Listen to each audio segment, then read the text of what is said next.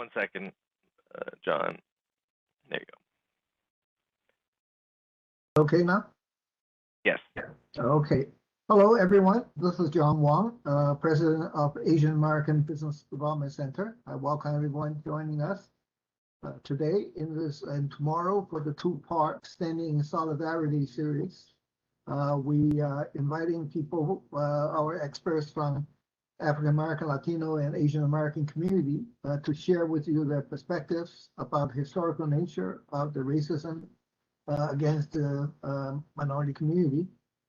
And tomorrow we also have community leaders from the community to discuss issues relating to the community, and also that how the community can come together to work with each other and to offer support for our community.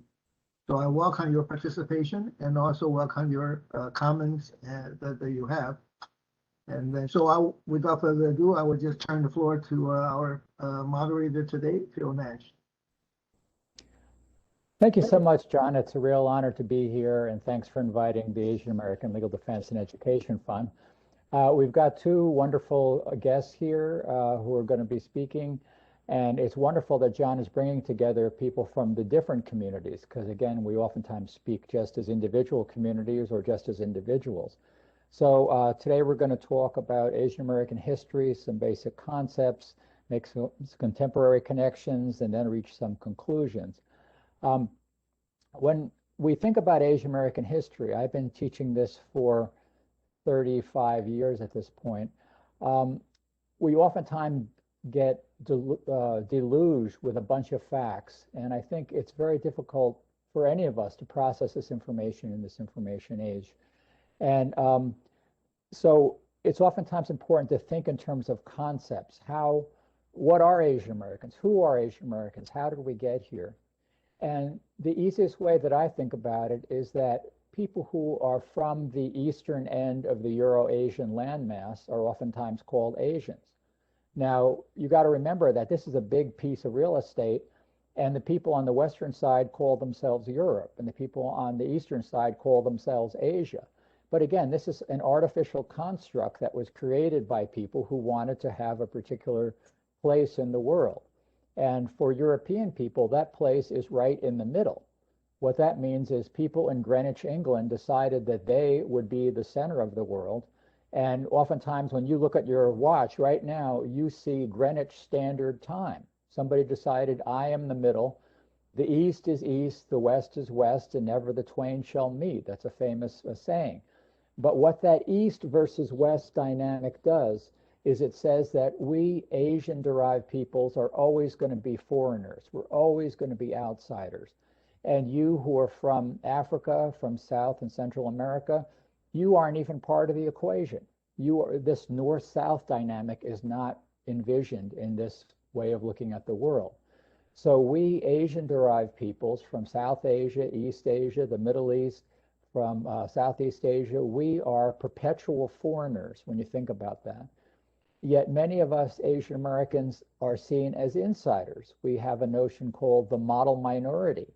And oftentimes that means that we have accomplished a lot. We look at our two panelists here, we look at others in the community. We are seen as being insiders. How could we be both outsiders and insiders? And that is part of something that I call conditional citizenship. When we are building the system, part of the system, not complaining, not making waves, we are accepted. But as soon as something happens, the economy gets bad, something terrible happens in the world, Asian-derived peoples oftentimes are blamed. And so we swing from being the insider to the outsider, and oftentimes we as individuals don't even know what hit us. If you're someone like Vincent Chin in 1982, you're an engineer, you're getting ready for your wedding, and somebody blames you for the Japanese auto manufacturer success, and he got hit on the head with a baseball bat. So this type of violence has been part of Asian American history for many years. This model minority myth is also a very pernicious thing, because what it says is you Asian Americans who came here in the 1960s, You were very smart. You were able to do a lot of things. You joined Bell Laboratories. You went to the top schools. You made a lot of Nobel Prizes and did great things. But guess what? If I went today and went to Nigeria or any country in Africa, and I took the top 0.01% of scholars, brought them here and put them in your calculus class, you would be saying, oh my goodness, there's no A's left. These Nigerian guys are the smartest guys. So that myth about Asian Americans being smarter than anyone else persists because like everyone else in the world, we are great athletes and terrible athletes. We're very musical and not musical at all. We're great in math and we're terrible in math. We're like every other group of people. And the model minority myth goes on to say that the system works. You black and brown kids, it's your fault. The system's working. Look at these Asian American kids. They were able to make the system work. Well, yes, Asian Americans have had a certain amount of academic success. Some of it has come because of this selective sampling that I mentioned before and from other factors. But the bottom line is we should be making the system work for all kids. We need special needs training. We need all kinds of things related to housing, related to social services. We need these good things for every person of every background. And to start blaming certain groups or saying certain ones are the model this, takes us away from the big issue, which is that Asian Americans have come here and we deserve good things, but other people deserve them as well. So that is a quick overview about Asian Americans. We are from the East. The Latin word for that is Oriens. The West is Occidens, but we don't want to be the perpetual foreigner. We want to be like everyone else. So we are part of a history that I break into 3 categories, and I think this is a way that you can understand our history well. First, we've been here a long time. We have had many successes, and you have heard about them with every single time that you've had one of these programs every May. The second thing is that we have suffered. There have been interpersonal and systemic breakdowns. We have suffered violence. We have suffered the burnings of our Chinatowns. We've suffered many other lynchings, horrible things. We've been prevented from certain professions, from owning land, on and on. And the third thing we have to remember is that we have fought back. We are defined by more than just being victims, more than just people who have a particular SAT score or something else. We have a sense of agency. We are human beings, and we deserve the same rights and privileges that every other group of people have. So with that being said, that's the very broad overview. I was told to keep it short. That's about as short as I could make it. But let's introduce our 2 distinguished guests here. Yvonne and Juan, do you want to say a quick word about yourself? Yvonne, why don't you get started? Yes, hi, good afternoon, everyone, and thank you so much. It's a great honor to be here. And you mentioned Bell Laboratories. I came from Puerto Rico at 21 years old to work at AT&T labs. And I remember the guard when she welcomed me. She asked me if I was from Europe. She was Puerto Rican. And I was Puerto Rican, and I was so happy to see a Puerto Rican, person. But for her, it was not conceivable that I was coming to work at Bell Labs, and that was an interesting kind of awakening for me of making sure everybody knew about the Latinos that work at Bell Labs. So I was part of that first employee resource groups in corporate America back in 1989. And I have had such an amazing journey. I am a mathematician by trade, but going to AT&T, I really was able to develop leadership skills, professional development, everything, thanks to those business resource groups and finding my voice and being really an advocate for diversity, equity, and inclusion. And my journey took me from being very passionate about celebrating our cultural traditions and teaching others about that to becoming active role models for our youth and seeing that, this wave of Latino students that are in our school systems and how they're lacking stories of, advanced careers and highly skilled careers, and how can we become those role models for them. And that's what I've done now for 15 years, is literally be out there mobilizing Latino professionals to serve as role models for our youth. And that's the work that I do under the organization HISPA. So that's an introduction to the topic, but a pleasure to be here. Thank you.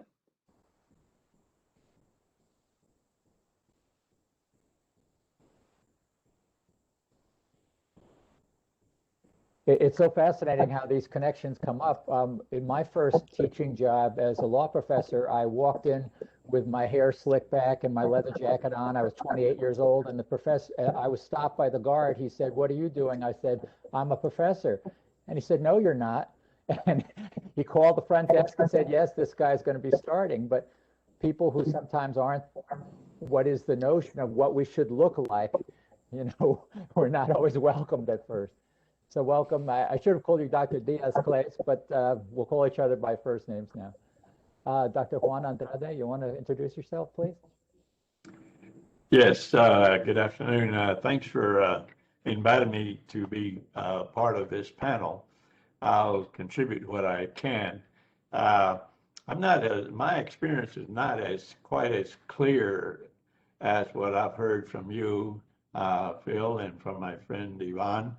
My encounter with American society has been one rooted in confusion. I don't know of too many other ethnic or racial groups that are not white, but listed as white. So when you're born Mexican to a Mexican immigrant and to a Mexican mother born in the United States, but you're not Mexican, you're considered white in a state that is anti-Mexican. So it's kind of that kind of contradiction that shaped my early years. I try to console myself or comfort myself by saying that America liked or loved Hispanics or Mexicans so much that it moved its southern border halfway into Mexico so that we could feel a part of the United States and never without having to leave home. And it's just those kinds of contradictions that you try to reconcile, all of which creates a lack of clarity in your own origin, because you're Mexican, you speak Spanish, your parents are both Mexicans, one an immigrant and one a Texan, and yet here you are trying to figure out why you're white and not anything else. Even when I first moved to Wisconsin, it was my first time outside of Texas, and it was quite an adventure because I thought Texas was half of the world, and at least that part that I knew. And so I had to apply for my driver license in Wisconsin, and I was given a choice, none of which was who I was or considered myself to be. The closest I could come to it was Indian. So it didn't specify American Indian or an Indian from India. So I took it anyway, just no more confusion than what my origin really was, between white and Mexican. So I marked Indian, and that's what I was for a while. So the first 20, 30 years of my life was searching for my own identity and trying to make my presence felt for who I was, being kind of unclear as to what I was, because there was no clear distinction made for people of my ethnicity. And so that was the beginning. And of course, speaking Spanish, that was my first language.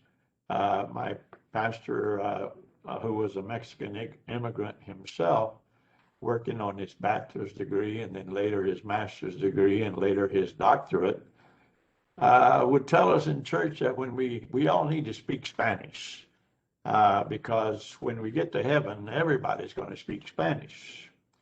And so, you know, as a child, you grow up believing that. It made sense. I spoke Spanish, so I thought I was okay, and that I would not be lost in heaven, and certainly not as confused as I was on earth. But then you learn later, you know, that God knows all languages and speaks and understands people who speak all languages. But I always thought that Spanish was his favorite. And so I comforted myself that way. And so it's been a struggle speaking Spanish as a child, being, you know, punished for speaking Spanish on the way to school, speaking Spanish at school, or speaking Spanish going home from school, being punished for every use of Spanish in public.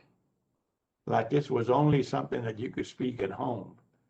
So when I graduated college, I was recruited to be a teacher. And so it was a predominantly 90% Mexican-American community. And so, you know, I felt very comfortable being among so many Mexicans. And of course, there was about 5 or 6, 7% white community as well. And so in my first day of class, I spoke in English, but I noticed that so many Mexican students were looking at me.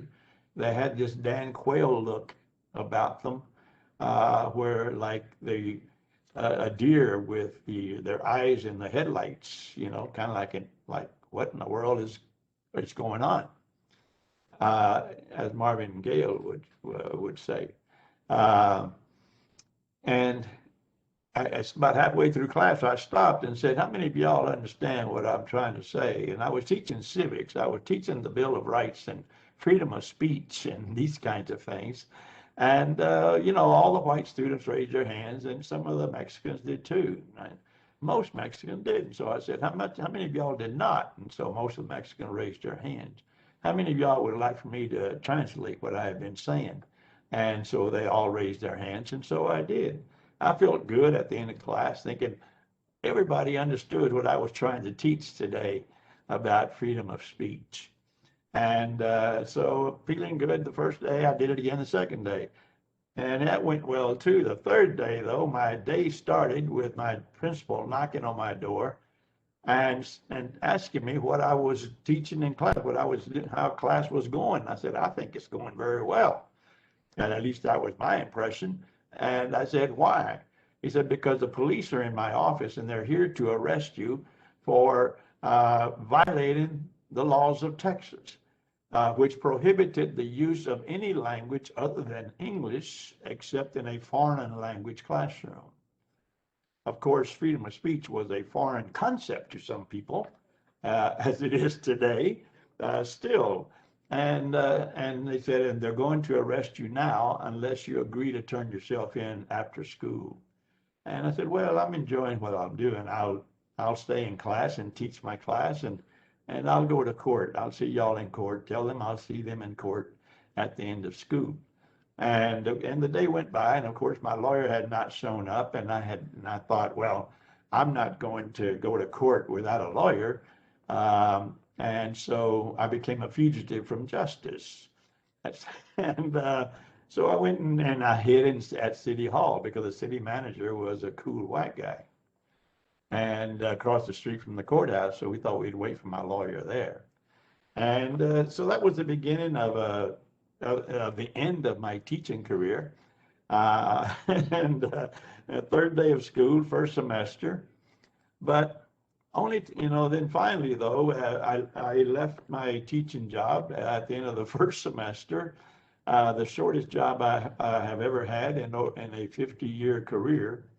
And then eventually the Texas legislature realized the foolishness of such a law, and that the law that had gotten me arrested and cost me my teaching career. And they changed the law to where it is now allowed to speak in more than one language and teach in more than one language in a classroom. And if you can do what got me arrested, you get paid a bonus. now. I said, how confusing can this get? That law gets me arrested. You change the law. And for teachers who can do what I was doing, now get paid a bonus. So it's been a constant movement of contradictions that I've had to deal with in my experience. And I'll just leave it there. Thank you. Well, thank you, Juan. That's a fascinating story. Before I introduce our third distinguished guest, I just want to say something interesting. Being multiracial, I grew up speaking English and Japanese. When I went to Europe, I went to Germany, I saw these samurai outfits, and I said to myself, wow, that's so fascinating. I had always seen stuff written about samurai in English and Japanese. I couldn't believe some of it was written in German. I said, you mean German people are interested in Japanese stuff?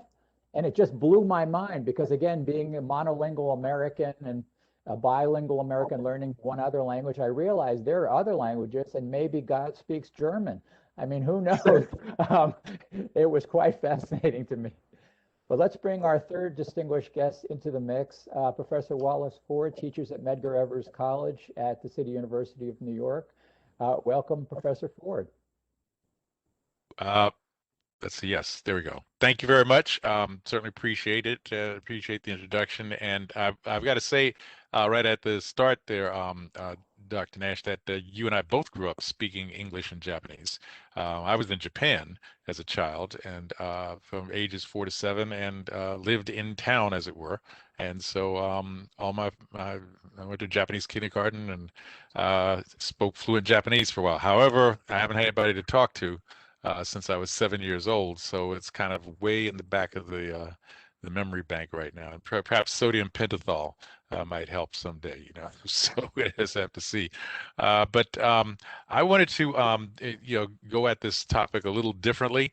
And I know we're just supposed to make some initial remarks and then have a further conversation on it, because one of the things I'm hearing, from our colleagues on the panel so far, and I wanted to speak to, just has to deal with the fact that underlying a lot of the experiences that we've all had, there is this notion of racism and xenophobia that is, just part of the Euro-American phenomena, if you will. They just are, and it's not new. And it's not just Euro-American, and I think that's really an important point to talk about going forward. I've had to speak with my students at Medgar Evers College about this, and have written about it as well, which has to do with this notion of the other. And it happens to be, whether we're talking about Turks killing Armenians, or the Chinese marginalizing the Uyghurs, the Hutus and the Tutsis killing each other, marginalization is unfortunately a common trait of humanity. There's an unconscious compulsion that we should all be aware of, because we all have that in us somewhere, which is to identify some group of people as the other. And because the other are lesser or not worthy, then we are by definition better and worthy.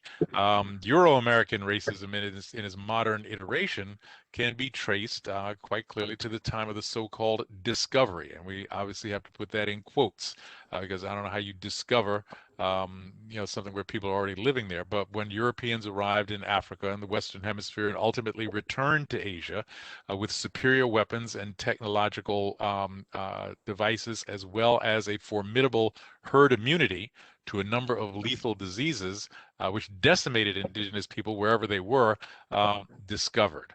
And what I just wanted to say for right now is that, and we can talk about this further, is that despite all, in order to steal land, kill and enslave the recipients, the residents of whatever land they discovered, it was important for the conquerors, also known as settlers, to justify and even ennoble their actions by claiming their superiority and the innate inferiority of the conquered. And this justification is involved into a philosophy and a way of life that exists to this very day. And the only way to rationalize racism and xenophobia is to contend, indeed believe, that non-white people are the other and therefore inferior. Now, despite all the evidence that claims of inferiority and superiority are simply figments of the imagination, many white Euro-Americans cling to their beliefs in white supremacy because in this changing world, and I think we're all seeing it these days, it's the only thing that they have left which gives them some comfort and security. And here in the United States, we saw it in all of its ugly glory on January the 6th, and we continue to see it to this very day. It's useless it's a useless exercise to believe that Euro-American white supremacy and racism will simply fade away. What may be more important, however, at this point, I would just make this point to all that are listening right now and watching, is for each of us to make sure that we do not fall victim to the universal human trait of treating anyone as the other. Treating anyone or any group of people as the other has been a global pandemic since the earliest days of human civilization. And we're all vulnerable to this virus, friends. The only cure, the only vaccine is to recognize its symptoms and combat this virus with intelligence, with compassion, and with love for our fellow human beings. And so I'll end there. And obviously we can talk more about this going forward. But that's what I've got to say. Wow, that's fascinating. And again, your ability to speak Japanese, it's really interesting how each of us, there are presumptions that are made. We are all swimming in an ocean of isms. All of us are wet. All of us are racist, sexist, homophobic, whatever. And we start with certain preconceptions. We see somebody like myself. I'm often treated as Latino because I have a certain, phenotype. I do speak Spanish and Portuguese, but that came later in life. So again, you see Dr. Ford, you say to yourself, would he speak Japanese? Well, listen to his life experience. It's in there somewhere. If he had to get it back, I'm sure he could go to Japan and it would start coming back.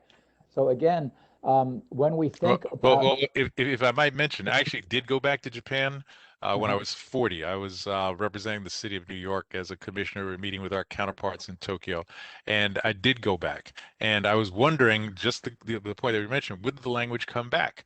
And the language did not come back there, Dr. Nash. However, we all know of the five senses, the one sense that brings back memory the most, and that's olfactory.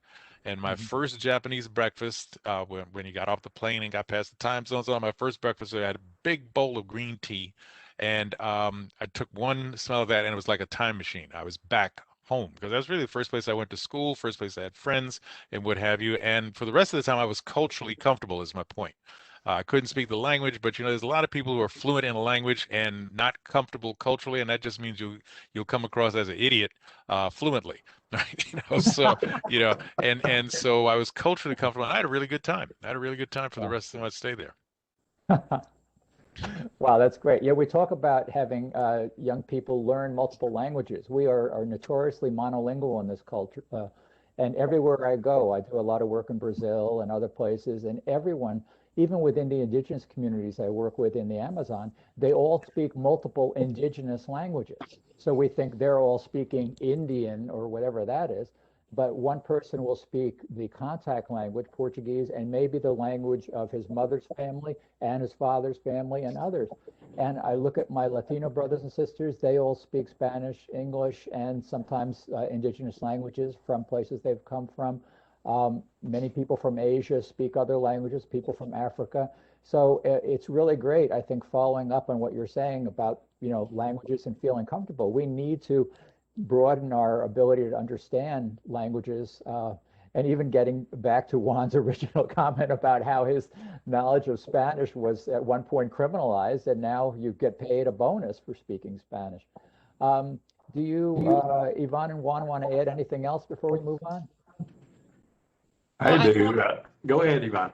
No, I mean, more than anything, celebrating being bilingual is something that is so critical right now in our communities, that students, when they come, not necessarily knowing English, and when they're 4 years old, there is plenty of opportunity for them to learn the English language and also develop their Spanish to the point of having the seal of biliteracy being something that is now being adopted by various school districts. Is something that we want to empower our students to be proud of being bilingual and hopefully other languages as they continue in their education. If I could add, Dr. Nash, just a comment that a friend and mentor of mine, Dr. Samuel Betances, often says that we are the only country in the world that believes you can be educated and speak only one language. It's like a contradiction in terms. And I use Haiti as an example sometimes in my public remarks about what it really takes, just here you have the wealthiest country in the world, one of the wealthiest anyway, in the United States, and yet we thrive on being monolingual as a society, and we castigate those who speak other languages and prefer to speak other languages. This is why you get these legislative initiatives about English as the official language, and other states or states will say English only. And in California, they try to pass a referendum called English for the Children. I mean, but it's all just to disguise this idea of perpetuating monolingualism, not anything else. And as though anything else besides English, except English, is not good. And because, what it happens effectively is that it eliminates a lot of people from the conversation if you choose to shift into Japanese or into Spanish or into Greek or Portuguese or any other language spoken in the world. Haiti is a good example of that, as I tell people. Here is one of the poorest nation in the Western Hemisphere, 85% illiteracy, yet they pride themselves in being trilingual. Trilingual, that they can speak English, French, and Creole. And yet here it is, one of the poorest nations, high illiteracy, and yet they're fluent in 3 languages. What is our excuse as a country? Yeah. Well, again, I think it just goes back to that point that we're talking about, which is it was mentioned earlier, which has to do with if indeed, and America, just for a lot of reasons has a lot of issues, and therefore we as Americans have a lot of issues. And I've been in Africa with Black Americans who were frustrated because somebody who is indigenous to they're in their country, Gabon in this particular instance, they didn't speak English, and so this one woman, a Black woman, said, "Can't anybody here speak American?" And it's like, it's and this was part of a group of people that are there to celebrate Africa, African relationships and African American, all of that kind of stuff.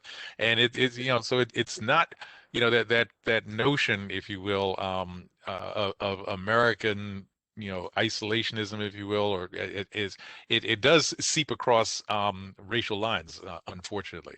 And it goes back to what I was saying at the other point, which is it's so important to be at least culturally comfortable. I won't spend a lot of time on this, but I was fortunate. I didn't go to school in the U.S. until I was 5th grade. Okay, and so as a result, I was the other, if you will, when I was in Japan, and I was kind of the other when I lived in Puerto Rico, although my grandmother was Puerto Rican, but she wasn't there. And so I was in different environments, right? And I had to adjust. Okay, and so when to go on in life and working as an international lawyer and speaking abroad now, he says I always tell you I think I could go just about anywhere in the world. Okay, and if you gave me a couple of names and some reason to be there, I could get by, and language is important, and no doubt about that. But being culturally comfortable is even more important. I've seen, when I was representing U.S. companies abroad, I've seen U.S. business representatives just totally blow it, okay, because they just they go into a French restaurant and ask for a hamburger, and it's like, how come there's no hamburgers here? Because we don't serve hamburgers because you're in Paris, and it's so of course now it is French McDonald's and so on, but you get the point, which is that America. Last thing I'll say, and Dr. Nash, you may reflect on this with respect to Japan. I didn't realize because I was a little kid when I left that Japan is a left-hand drive country. Right. And so I was really surprised by that. And then I find out that the U.S. companies, the car companies, remember in the early 90s, they told the Japanese ought to buy more U.S. cars. And they said, but there was the U.S. we're selling right-hand drive cars, and you say, well, no wonder nobody's buying the cars, because you're trying to, impose something on folks as well. And, it's Americans are learning slowly in business. I think even I think just because we are easing towards something like a multicultural country, although we have some serious resistance going on with respect. That's why I mentioned January 6th before. January 6th is no joke, my friends, in terms of what that represented. It wasn't just a blow up. It is it's as I said, it's as if the patient just showed up with a 108 fever or something like that. Even if the fever goes down, they're really sick, and this country really has a deep illness because people are trying to hold on to what I talked about in my opening remarks, this notion of superiority, this notion of supremacy, and the notion that everybody else is the other. Okay, and everybody else includes everybody on this panel, Yeah. and we are the other, and that's a problem, because so anyway, now let me stop there. Yeah. Yeah, and coming back to our topic of standing in solidarity, I think the first step of standing in solidarity is understanding the differences between these different groups, understanding that there is overt racism, like what Dr. Ford was just mentioning, what happened on January 6th. There's hate crimes, there's lynching, there's racial slurs, use of the N-word, swastikas, KKK symbols. But there's a lot of covert racism that goes on. And this monolingual discussion we just had about people who feel superior, they only have to speak one language. What it means is they can sit back comfortably. You have to come to them. At the same time, covert racism includes mass incarceration, includes racial profiling, police brutality, the presumption of guilt, presumption that they look at someone like me and assume I'm not going to be a law professor. There's all kinds of implicit bias. There's redlining in housing. There's housing discrimination, hiring discrimination, racist jokes. So there's a lot of work we have to do before we can even get to the idea of coming together. And for me, the way that I approach these topics is by way of saying I have to build a cultural competence toolkit for myself. And I encourage all my students to think along those lines. Throughout my life, I've acknowledged that I am racist, I am sexist, I am homophobic. I grew up in a culture that was that way, and I have tried to get better about that. I have been open enough. I've hoped that people will say, well, Phil, you said something, it's a little bit sexist. Maybe you should say it this way. And I would say, thank you very much, and I try to get better. And in the course of a couple of decades, I don't make overtly sexist or racist or other comments, but I still occasionally say something that people need to correct, and I hopefully will, ask all of you to help me out, help me to get better about this. But I think that is the ground, that is the beginning of building these type of alliances and standing in solidarity. Do any of you have things that you tell your students or colleagues or friends? Juan, what do you do?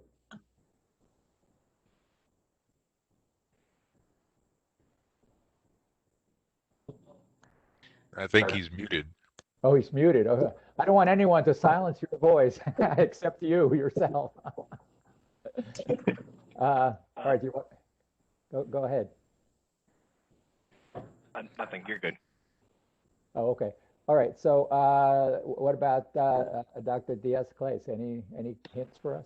Oh, definitely. I wanted to read a quote from a student after we have, visited the students with the role model program. We bring Latino professionals into the classrooms. We go to school districts that have 95% or more Latino students in the classroom. So bringing those role models that can tell the stories of, overcoming obstacles, how they embrace and celebrate their culture, be proud of their culture, and at the same time have the teachers, the administrators learn about Latino stories is something that is working and having an impact in changing these misconceptions. But at the same time, the language that we use, we have to think about the impact that it has on our children. So this really caught my attention when a student that now is in college wrote to us about the impact of our program. He said, growing up as a Hispanic, I was always taught that I was a minority here in America. The derogatory tone that comes with the word minority oftentimes was discouraging. It made me feel like I was already behind in life compared to non-minorities, and that I had fewer opportunities for success. So already when we use these different languages to talk to our children about who they are, we need to really reflect on that. Just by the vocabulary that we're using, we're having a negative impact in our youth. So, you know, there's so many things to be done in society. And, you know, once again, I have made a commitment to take one problem in society and address it, you know, full force and give it my all. And that's about, you know, really making sure students know that, yes, it's, you know, being Latino doesn't stop you from achieving and fulfilling your goals and dreams, and showing them those pathways forward.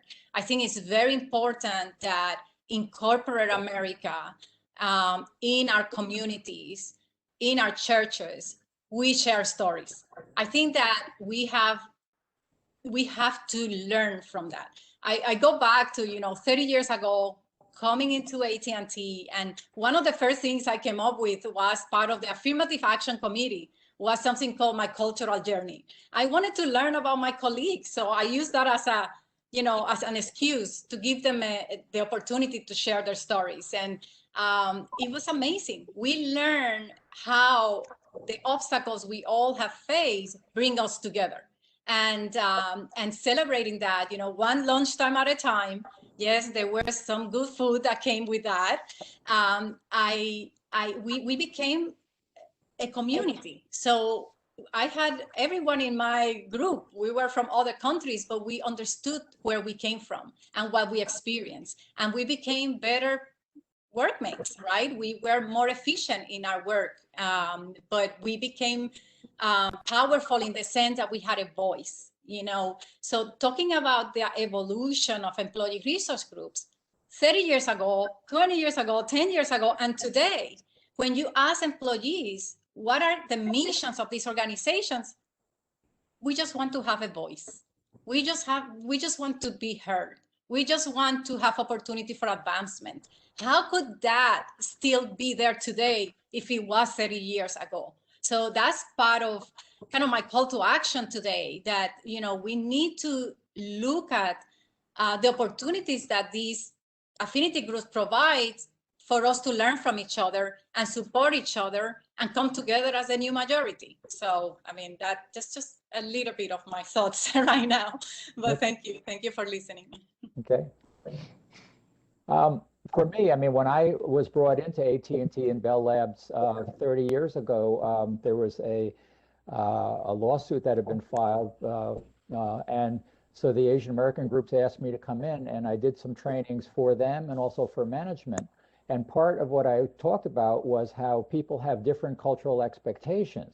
So an Asian person coming from Asia to get their PhD at a top school and then come to a top company like AT&T, they had to have a lot of ambition and drive, but they were treated like somebody who was happy just sitting there doing his job and not necessarily rising up the ranks. And so we had to remind the managers that sometimes the Asian-derived people wouldn't raise their hand and say, I got the patent, I got the patent. They would, you know, in their performance review, they would say, I was part of the team that got the patent. And somebody who grew up in this school system might be more willing to say, hey, I got the patent, I'm ready to be manager. So again, we have to remind people, when somebody averts their eyes from you, it doesn't mean they're untrustworthy or they're bad. It could also mean that maybe they're from a different system where they avert their eyes from someone, or it could be, you know, they drop their contact lens and they want you to help them find it.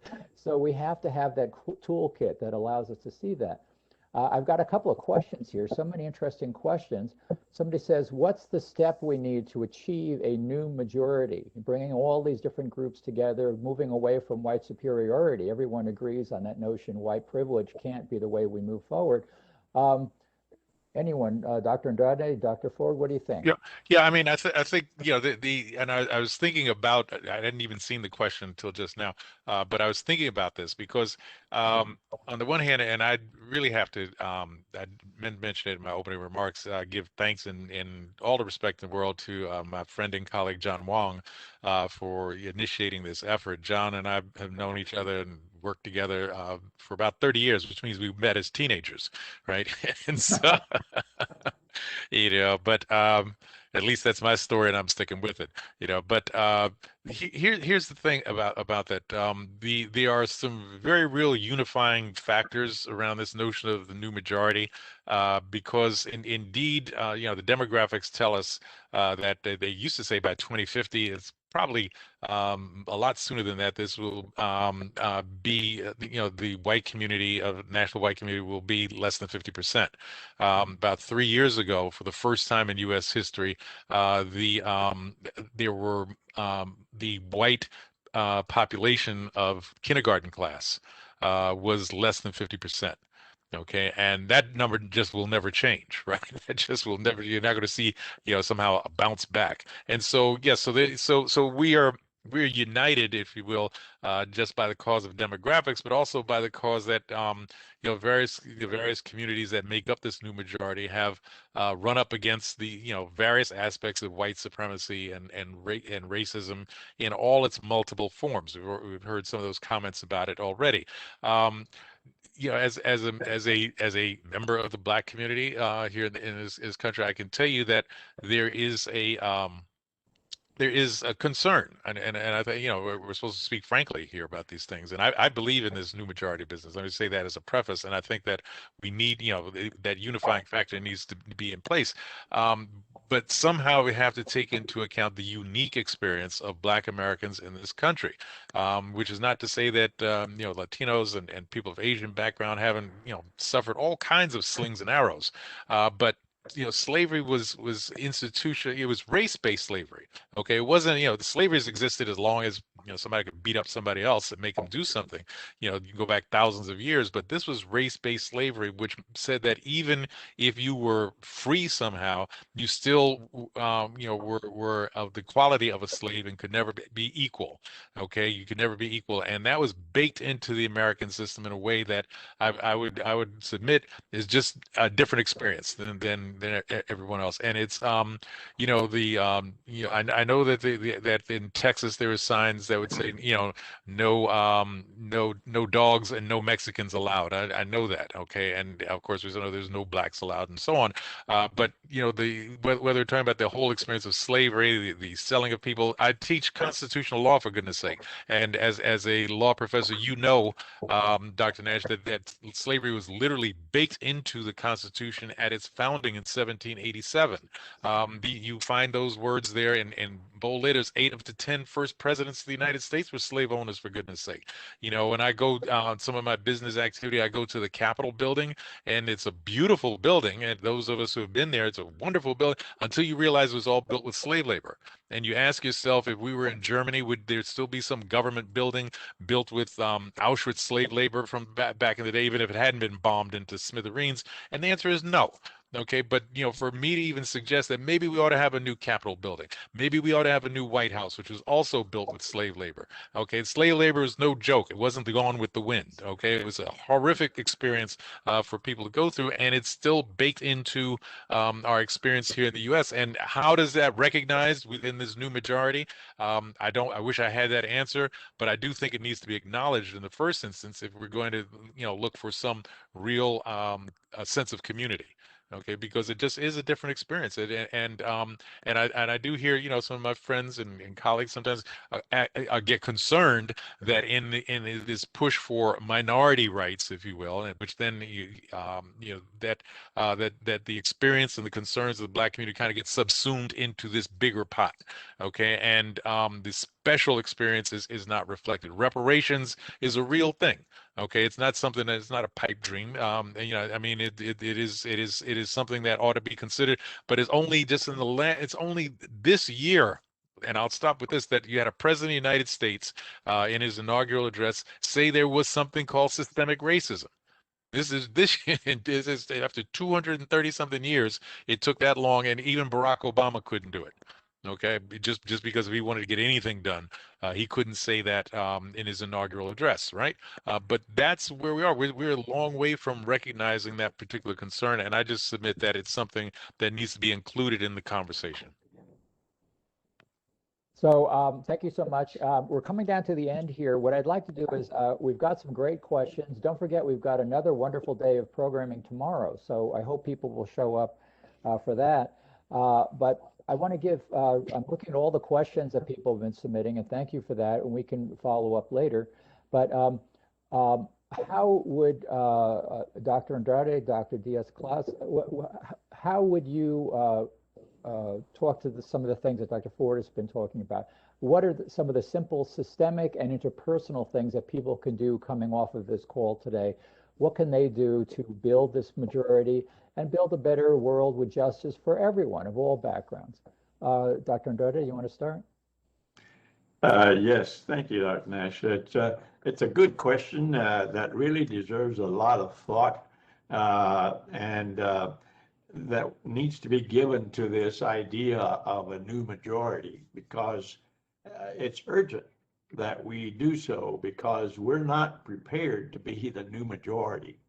The sense of, or the culture of thinking collectively hasn't set in yet.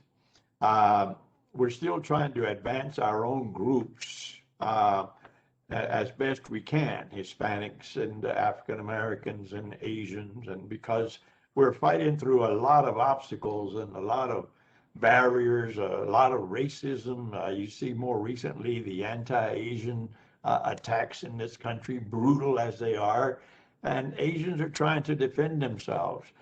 And I, for one, and my family was very supportive of the Black Lives Matter activity movement throughout this past year.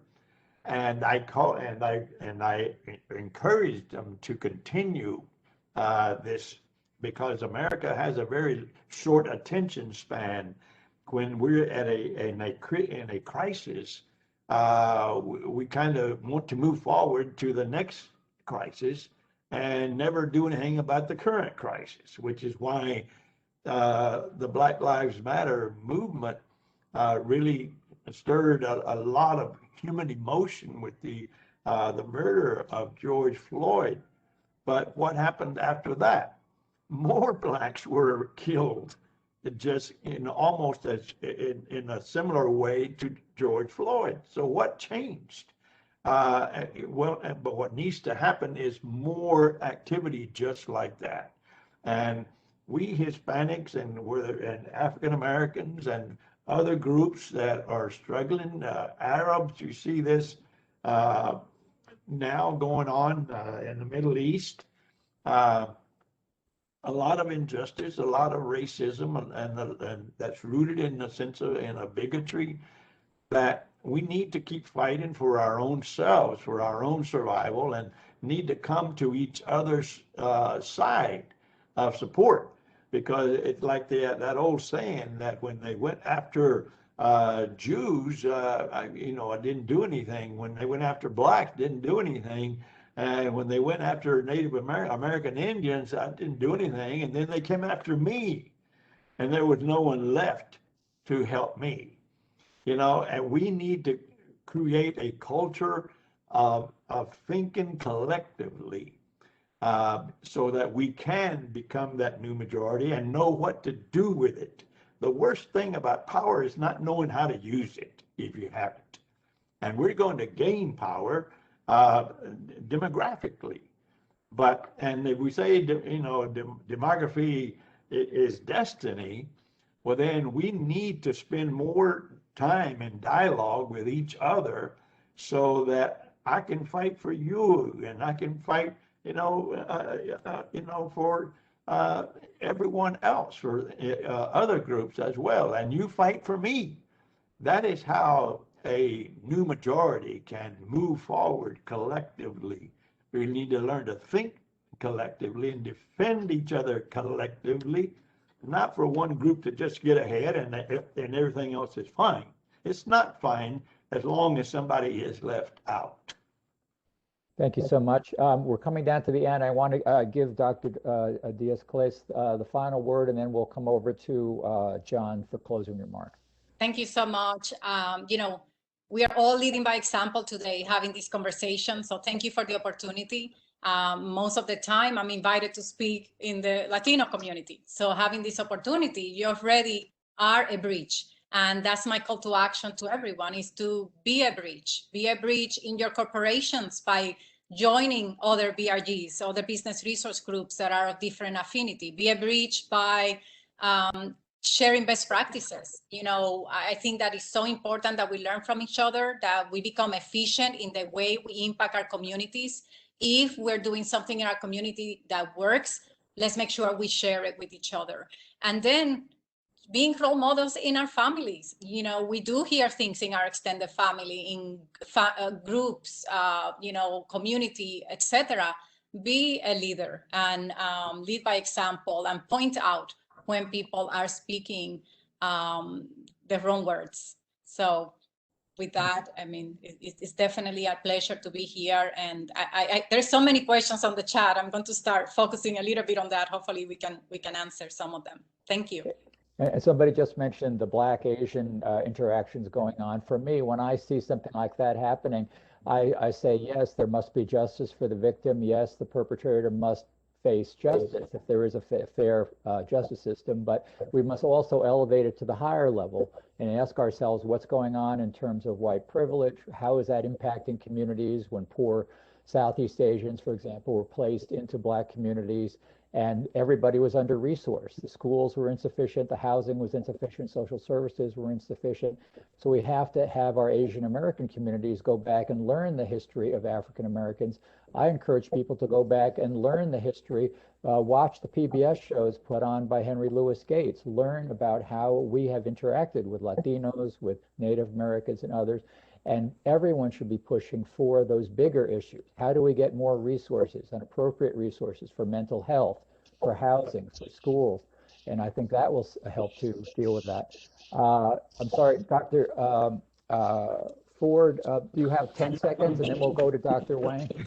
Okay, in 10 seconds, and now it's down to 7. Yes, I just want to say again, I do believe that you know, one of the things that, and I try to answer one of the notes in the chat there, questions in the chat, is that I think more interaction and more communication is really the beginning of all of this. These kinds of, yeah, this new majority concept with which John Wang, you know, initiated a couple of years ago now, a few years ago, is really important, and it needs to grow, okay? Because it is only when people stop, is what I said in my initial remarks. If you look at people as the other, you don't communicate, okay? And we all are subject to modeling the behavior of the oppressor, if you will. Okay, and so when you see a Black person attacking an Asian, okay, so what the hell is he doing? Okay, what he's doing, he's modeling the behavior of the oppressor, okay, and because he wants to look at somebody as the other also, okay, that's that virus I talked about that we all carry. When we look at somebody as the other, and once we can get past that, anything is possible. Anything can be accomplished, but that only comes from communication, more interaction, more of this, more and more. Más Okay. que más, más y más. Okay, muchas gracias, and thanks to everyone. Let's go back to John Wang, the visionary who put this panel together. John? Okay, well. Hello? We can't see you. There you are. All right, here I am. Okay, thank you so much. And it was really a great panel discussion. And I think everyone just got it right on the money that we need to talk to each other more often and communicate with each other, and in order to have a better understanding of where we all come from and where we are going. And I think this is a great discussion. I thank everyone for taking time out to contributing to this conversation, and I appreciate all the audience that participating in today's panel, and I look forward to tomorrow's panel. I hope all of you can join us, and we'll continue the conversation. Thank you so much.